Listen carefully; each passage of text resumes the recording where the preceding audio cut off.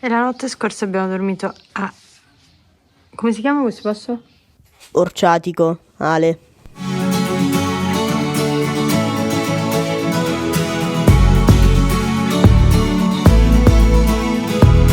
Siamo al terzo giorno e passiamo per prendere da mangiare casualmente nel paesino di Laiatico, il paese natale di Andrea Bocelli, che si è rivelato essere la chicca di questa vacanza. Passeggiando per le viette siamo rimaste colpite dalla vivacità artistica di questo borgo. Tutto il paese infatti è ricoperto da murales, anche molto diversi tra loro come genere, ma tutti ugualmente affascinanti. Delle vere e proprie opere d'arte fruibili H24, compreso l'edificio del comune. Con tanto di installazioni presenti in piazza e nei vari vicoli, insomma un museo a cielo aperto, se vogliamo chiamarlo così, che ci ha ispirato un bel po' di foto. Siamo state particolarmente ispirate da questa piazzetta con il murales e i panni stesi, che sono sicuramente la mia nuova ossessione. Come si può vedere dalle riprese, anche richiami a Bocelli non mancano ovviamente, ed è proprio qui che ha fatto costruire il suo Teatro del Silenzio. Un teatro che per la maggior parte dell'anno si presenta così, un laghetto con dei guardiani di pietra. Per pochi giorni l'anno poi si trasforma e viene temporaneamente allestito un palco che si anima di personaggi del bel canto, della musica, della danza, ospiti sia nazionali che internazionali. Purtroppo non abbiamo footage del luogo in nessuna delle sue versioni, perché con il nostro consueto tempismo siamo arrivati nella fase di allestimento del teatro. Dopo questo magico borgo è giunto il tempo di recarci più a nord, verso la meta che inizialmente ha ispirato il nostro Toscana Tour. Un po' di musica di suspense, per favore. Le cave di marmo. Alex aveva scoperto questa cava su TikTok e voleva assolutamente passare a farci delle foto. Ovviamente anche io. Peccato che poi questa fosse aperta ai turisti solo nel weekend e su prenotazione, e noi ovviamente siamo venuti in giorni infrasettimanali. Come diciamo sempre, dobbiamo ancora migliorare l'organizzazione dei nostri viaggi. Da quel che leggevamo su internet, per fortuna sembrava fosse possibile fare comunque dei giri in autonomia per godere del paesaggio molto suggestivo. Effettivamente c'erano dei chioschetti turistici e degli infopoint che, come abbiamo già detto, abbiamo trovato chiusi, e quindi abbiamo continuato per conto nostro a girare fino a dove ci sembrava possibile arrivare in autonomia. La verità è che arrivati a questo punto, in cui abbiamo scattato una delle nostre amate Polaroid con la mitica SX70, ci siamo un po' perse. E mentre cercavamo una strada alternativa, succede questo. Ho bucato. E quindi eccoci qui. Per necessità tecniche ci siamo temporaneamente ritirate sulla costa e il Toscana Tour per una sera è diventato il Liguria Tour, visto che arrivare all'alloggio in montagna previsto per la notte con il solo ruotino di scorta sarebbe stato come fare una maratona in carriola e ci saremmo perse tutte queste foto che abbiamo fatto agli ombrelloni chiusi.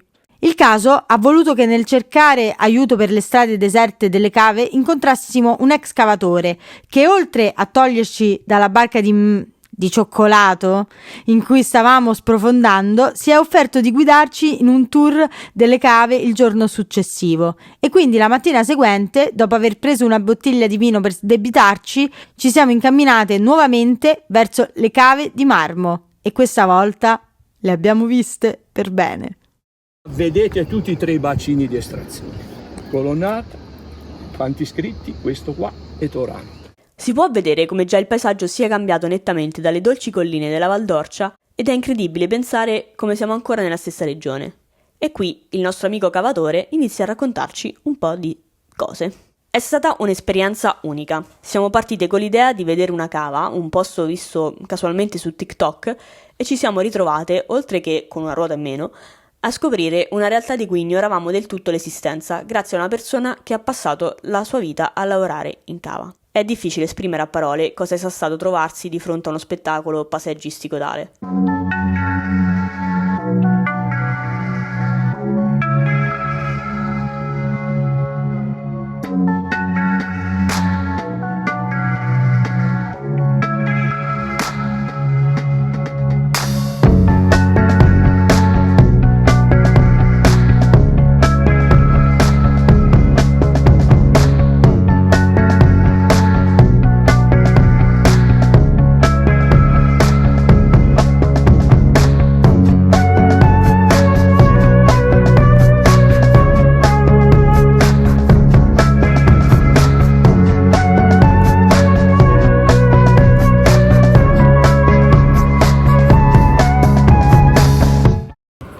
15 lizzatori, 15 Superman, i veri cavatori. C'era il cavatore e il lizzatore, due cose completamente diverse. Il cavatore era quello che cavava, tagliava e ti metteva il blocco sulla lizza e se ne andava a casa. Già era un'operazione difficile. Il lizzatore era quello che il mattino presto, molto presto, saliva in cava a piedi e questa lizza doveva portarla a valle. Questa è la cava Michelangelo, vista da varie angolazioni, che potreste riconoscere come location del video di Annalisa e Mr. Rain o di alcuni spot di Dolce & Gabbana. Chiamata così perché si diceva che qui Michelangelo venisse a scegliere i suoi marmi, anche se ad oggi, di tutte le tonnellate di marmo che vengono estratte, quello destinato all'arte purtroppo è una percentuale a dir poco esigua. E con l'estrazione intensiva del marmo per usi vari ed eventuali, l'aspetto della montagna muta ad una velocità esponenziale. Siamo abbastanza certe che se tornassimo il prossimo anno vedremmo già molta montagna in meno. La sega diamantata ha cominciato a creare voragini lì dove una volta lo scalpello faceva a malapena il solletico alla montagna. Abbiamo scoperto una realtà di cui ignoravamo l'esistenza. Ci siamo lasciate trasportare dalla storia delle cave e di come si è evoluto nel tempo il mestiere del cavatore, che è stato a lungo una tradizione familiare. È stato inevitabile però riflettere anche sull'impatto ambientale ed economico di questa operazione.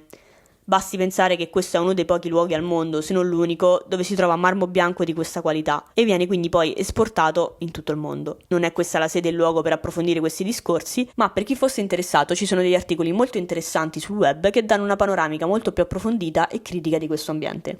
Sicuramente rivedendo queste foto sarà inevitabile per noi ricordare questa giornata, per dire però quanta storia ci può essere dietro una singola foto o in questo caso dietro un bel po' di foto.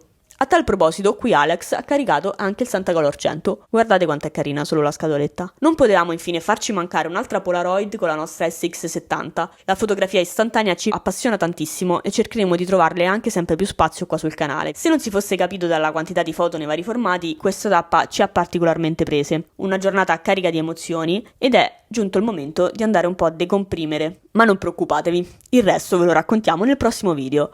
E se volete vedere un paesaggio ancora diverso all'interno sempre della stessa regione, continuate a seguirci e nel frattempo, come sempre cari amici, buono scatto! La cannuccia della Coca-Cola. La Coca-Cola fece la pubblicità.